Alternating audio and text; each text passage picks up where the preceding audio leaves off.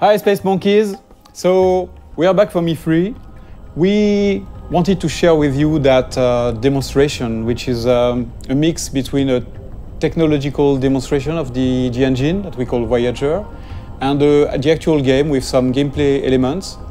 So here you can recognize the big mothership that was in the trailer.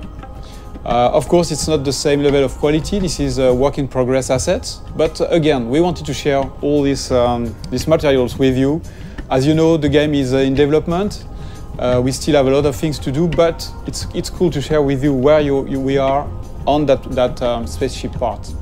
So here, the mothership is like a home, a house for the player. That one is about 400 meters long, and you can have your crew inside, of course your main character, but also your spaceships.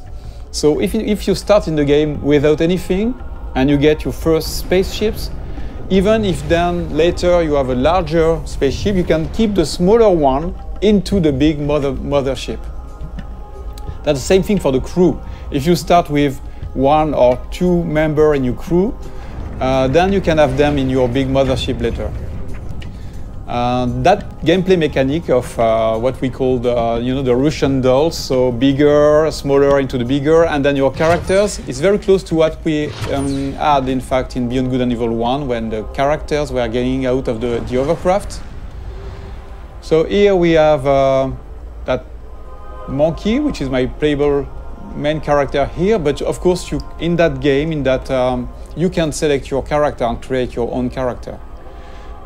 Just to give you a feeling of scale, that ship is about 20 meters long, and the other one, the mothership, is about 400 meters long. I'm going to go close to it so that you can see the size. So when we have large spaceships like that, the good thing, the interesting thing is that they are a real level of gameplay. You can go inside. We have interiors for those big ingredients. So imagine I'm at the beginning of the game. I'm starting the game. I have nothing, but I am like like in Beyond Good and Evil 1, you start without anything, and you have to get some money to like level up and get your first vehicles. So imagine I'm just delivering pizzas. Here it's like a side quest or just a way among many to get some money. I'm delivering pizzas to those guys. So imagine it's not my spaceship. That's the beginning of the game, and this could be an interesting way to trigger the first ingredients of the adventure, because the spaceship is a playable interior. You can get inside, you can sell your pizza, and then instead of getting out of the ship, you could decide to explore the ship. And why not discover that there is some slavery, some human trafficking and things like that. The good thing is that in Beyond Good and Evil 2, like in the first episode, you can take pictures. So if I'm taking a picture of evidence of the things I'm seeing in the game, then I can share those pictures with the guys in the city, for example, and then I can trigger discussions with those guys based on the picture I took. So that's a very interesting mechanic that can create that feeling that you can explore everything and you can gather informations and share those informations with NPCs, but also between players. Another very interesting thing here is the feeling of scale. Here we know that the players, they will explore everything. They will want to go everywhere. So we need to handle large scale ingredients, like that huge statue, where you can go very close to it and you can look at all the details on the statues. And of course, you can go inside of this kind of statue, and you can also get on top of it. I just want to show you something interesting about the scale and the feeling of scale. So I'm going to land on the top of the statue, and you will realize how big it is.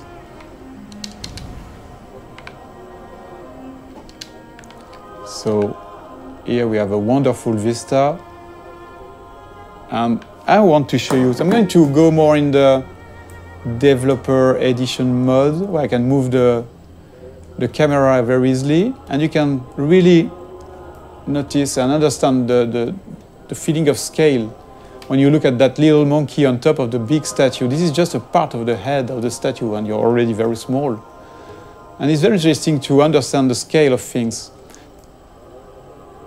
Here you see that the statue is really, really big. The statue is about 700 meters high. And the very interesting thing, again, is that, in fact, that statue, which is big, is just into a big city that is very small, in fact, compared to the continent here, the size of that big island, and which is a small part of a big planet. So you realize that you are just a little dot on that big planet, which is, in fact, just a small planet around a bigger one, which is a small dot in the big universe. So when we started that technology, we thought that we needed to handle that feeling of scale and in a realistic way. Before going into details, we wanted to make sure that the engine was capable of handling this kind of thing. When you look at this sunset, it's not exactly a sunset made by artists. It's really the combinations of physical ingredients, you know, the light that is changing depending on the atmosphere. So you can see here the different colors.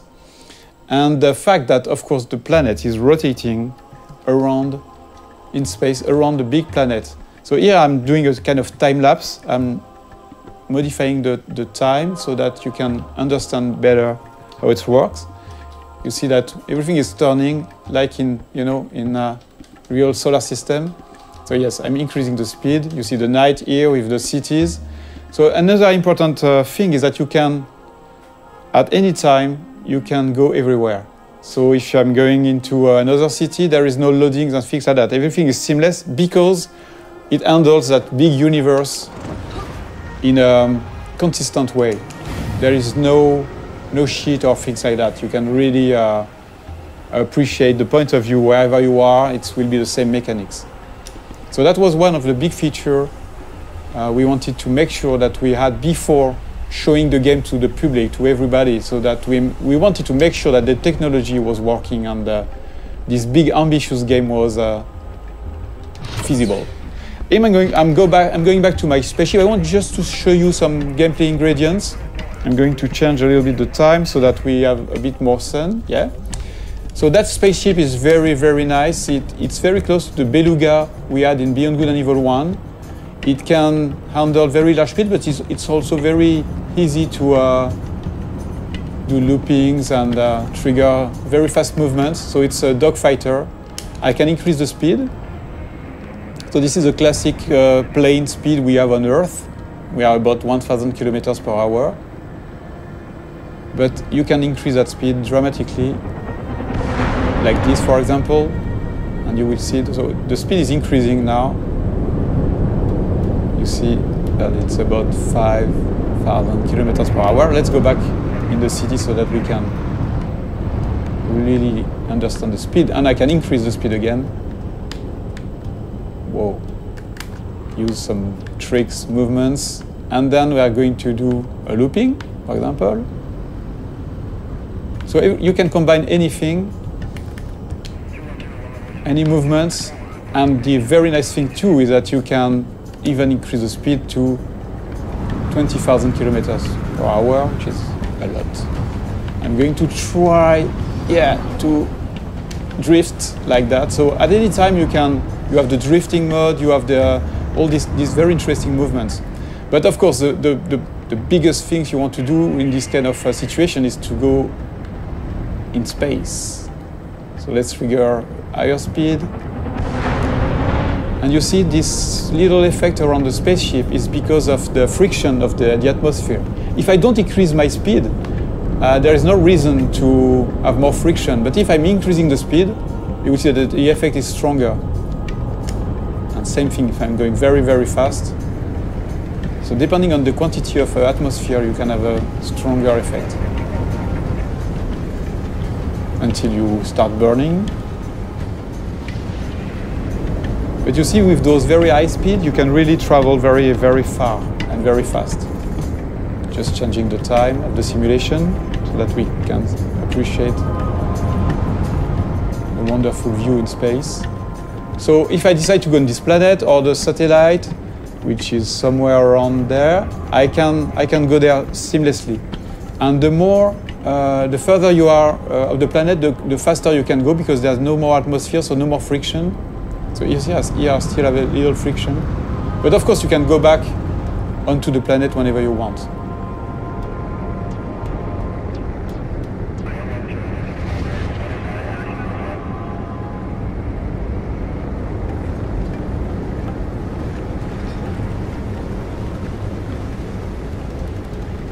A very interesting thing too is that there's a lot of biomes on the planet, like this desert, or you have frozen lands on the planet, different cities. So we don't want empty planets. We want planets with landmarks, with places to explore.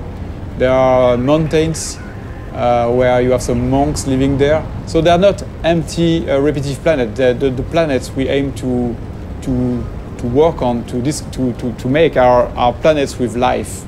And the planet itself is living somehow. For example, that planet has different, I would say, big biomes. Because that planet, as I told you, is a satellite of the bigger one, the one that is in the foreground. A part of that planet is protected, like the moon. Our moon is a part of the moon is protected by Earth. From the big asteroids and meteorites. So here that's exactly the same thing. The cities are built in the safe place where nothing is falling from space. But I will show you a bit later the opposite part of that planet, where you can have real-time giant meteorites, asteroids falling and modifying the planet's ground. The very interesting thing is that this kind of event is connected to the life on the planet.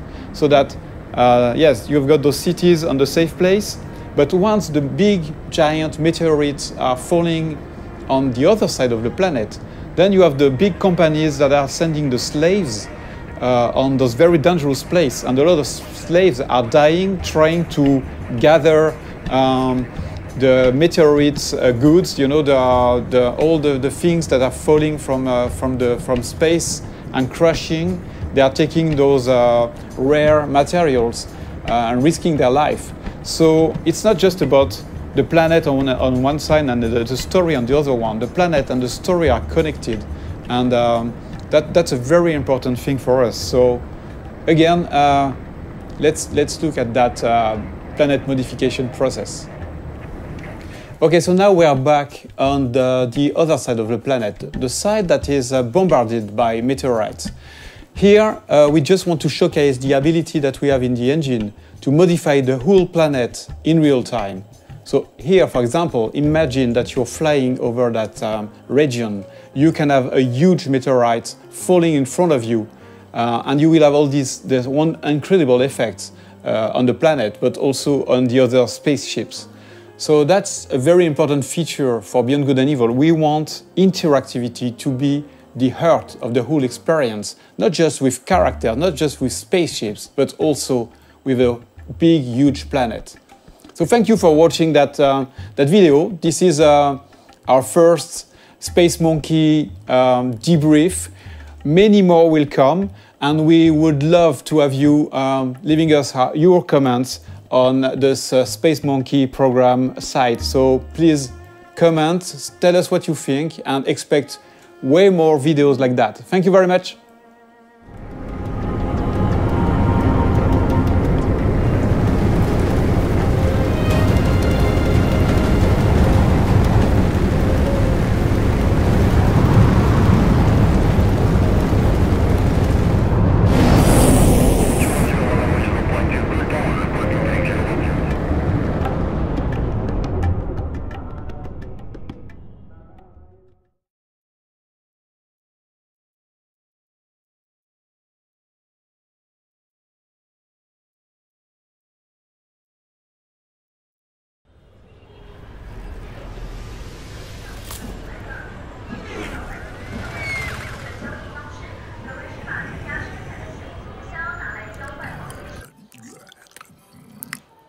Where's your master?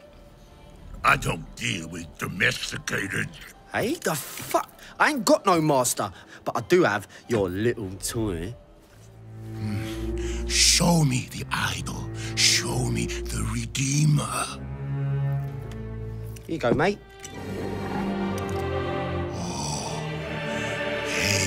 Yo, hand it over. I got a hot date who don't do late.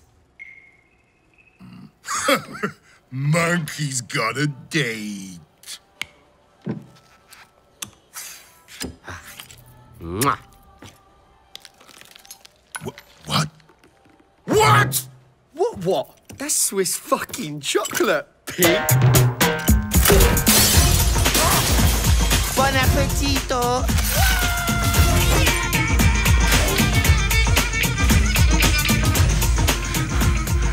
I want every fucking cop in this fucking city after that fucking bastard! Grab my chassis, Noxie!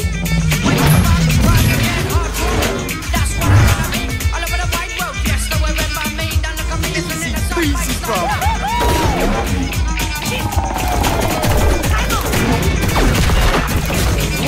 Bang, bang, motherfuckers!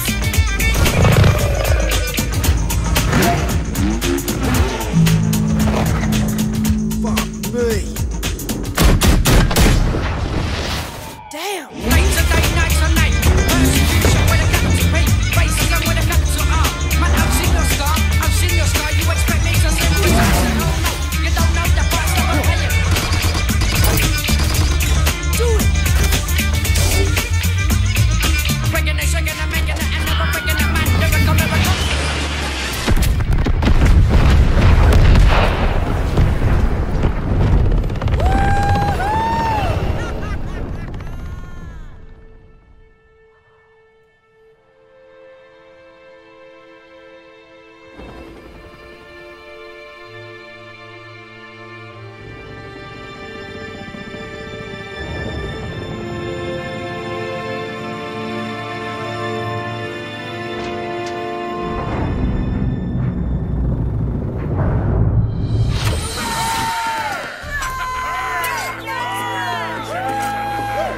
It's about bloody time.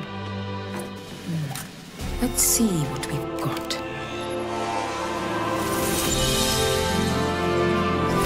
Moksha. Just as Yama described it. True freedom lies beyond.